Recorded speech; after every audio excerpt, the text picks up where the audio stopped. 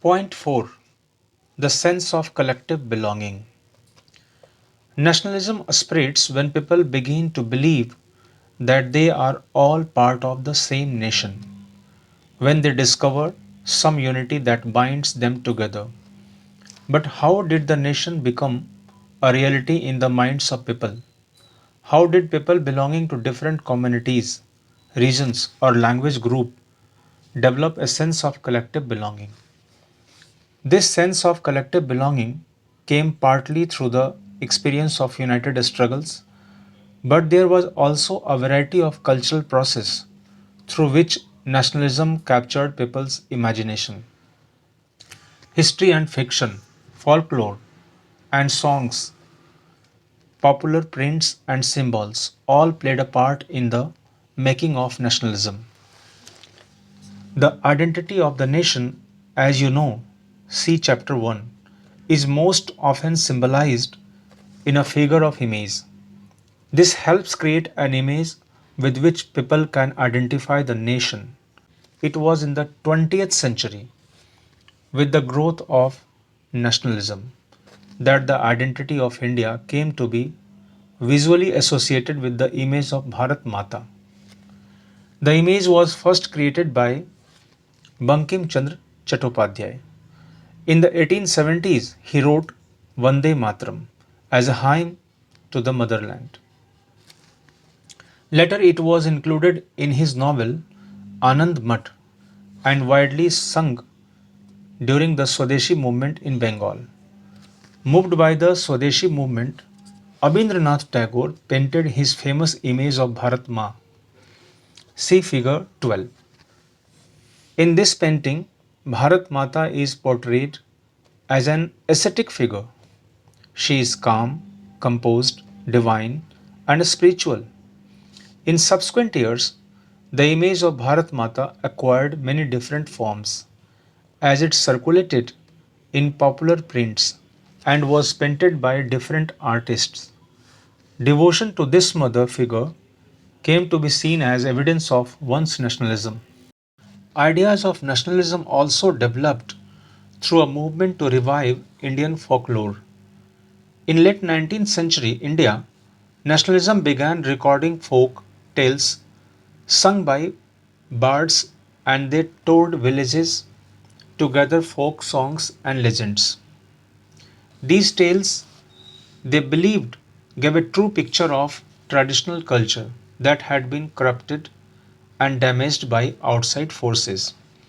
It was essential to preserve this folk tradition in order to discover one's national identity and restore a sense of pride in one's past.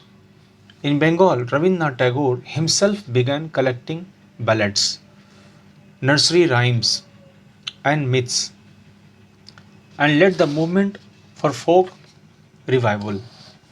In Madras, Natisa Sastri published a massive 4 volume collection of Tamil folk tales, the folklore of southern India.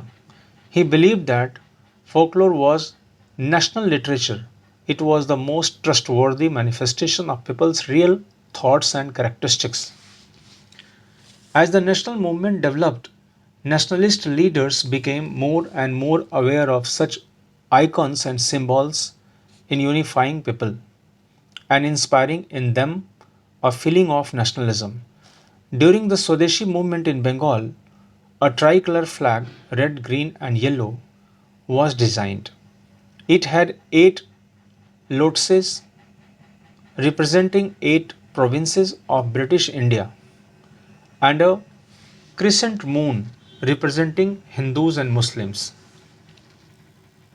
By 1921, Gandhiji had designed the Swaraj flag. It was again a tricolor, red, green, and white, and had a spinning wheel in the center, representing the Gandhian ideal of self help. Carrying the flag, holding it aloft, during marches became a symbol of defiance. Another means of creating a feeling of nationalism was through reinterpretation of history.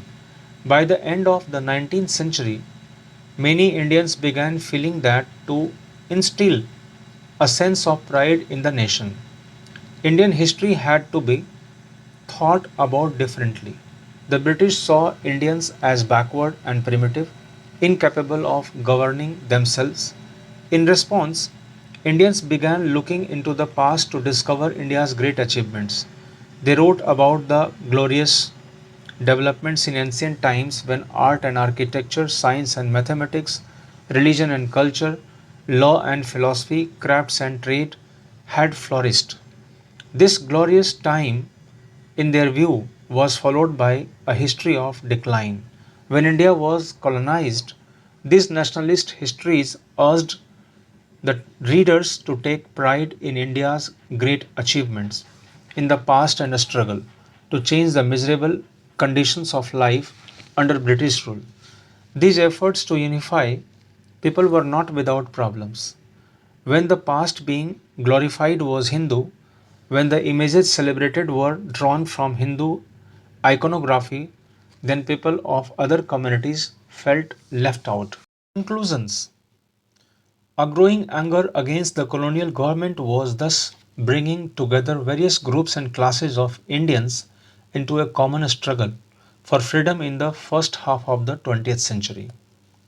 The Congress, under the leadership of Mahatma Gandhi, tried to channel people's grievances into organized movements for independence. Through such movements, the nationalists tried to force a national unity. But as we have seen, diverse groups and classes participated in these movements with varied aspirations and expectations.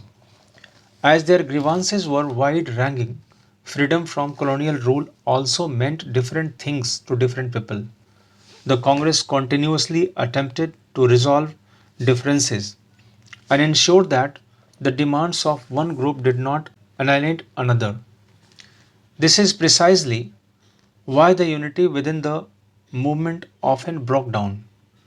The high points of Congress activity and nationalist unity were followed by phases of disunity and inner conflict between groups. In other words, what was emerging was a nation with many voices wanting freedom from colonial rule. Source E. In earlier times, foreign travelers in India marveled at the courage, truthfulness, and modesty of the people of the Arya Vamsa.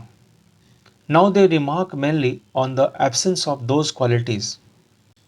In those days, Hindus would set out on conquest and hoist their flags in Tartar, China, and other countries. Now a few soldiers from the tiny island far away are lording it over the land of India.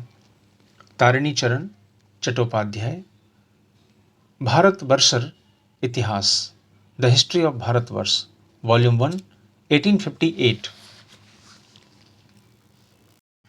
Quit India Movement.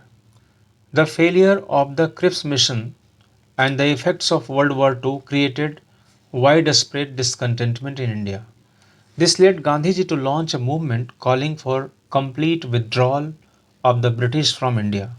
The Congress Working Committee, in its meeting in Wardha on 14 July 1942, passed the historic Quit India resolution demanding the immediate transfer of power to Indians and quit India.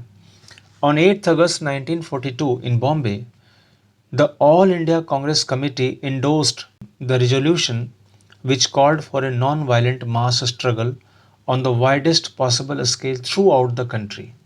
It was on this occasion that Gandhiji delivered the famous do or die speech. The call for quit India almost brought the state machinery to a standstill in large parts of the country as people voluntarily threw themselves into the thick of the movement. People observed hartals and demonstrations and processions were accompanied by national songs and slogans. The movement was truly a mass movement which brought into the ambit thousands of ordinary people, namely students, workers, and peasants. It also saw the active participation of leaders, namely Jayaprakash Narayan, Aruna Asaf Ali, and Ram Manohar Lohia, and many women such as Matangani Hajra in Bengal, Kankan Lata Barua in Assam, and Rama Devi in Odisha. The British responded with such force, yet it took more than a year to suppress the movement.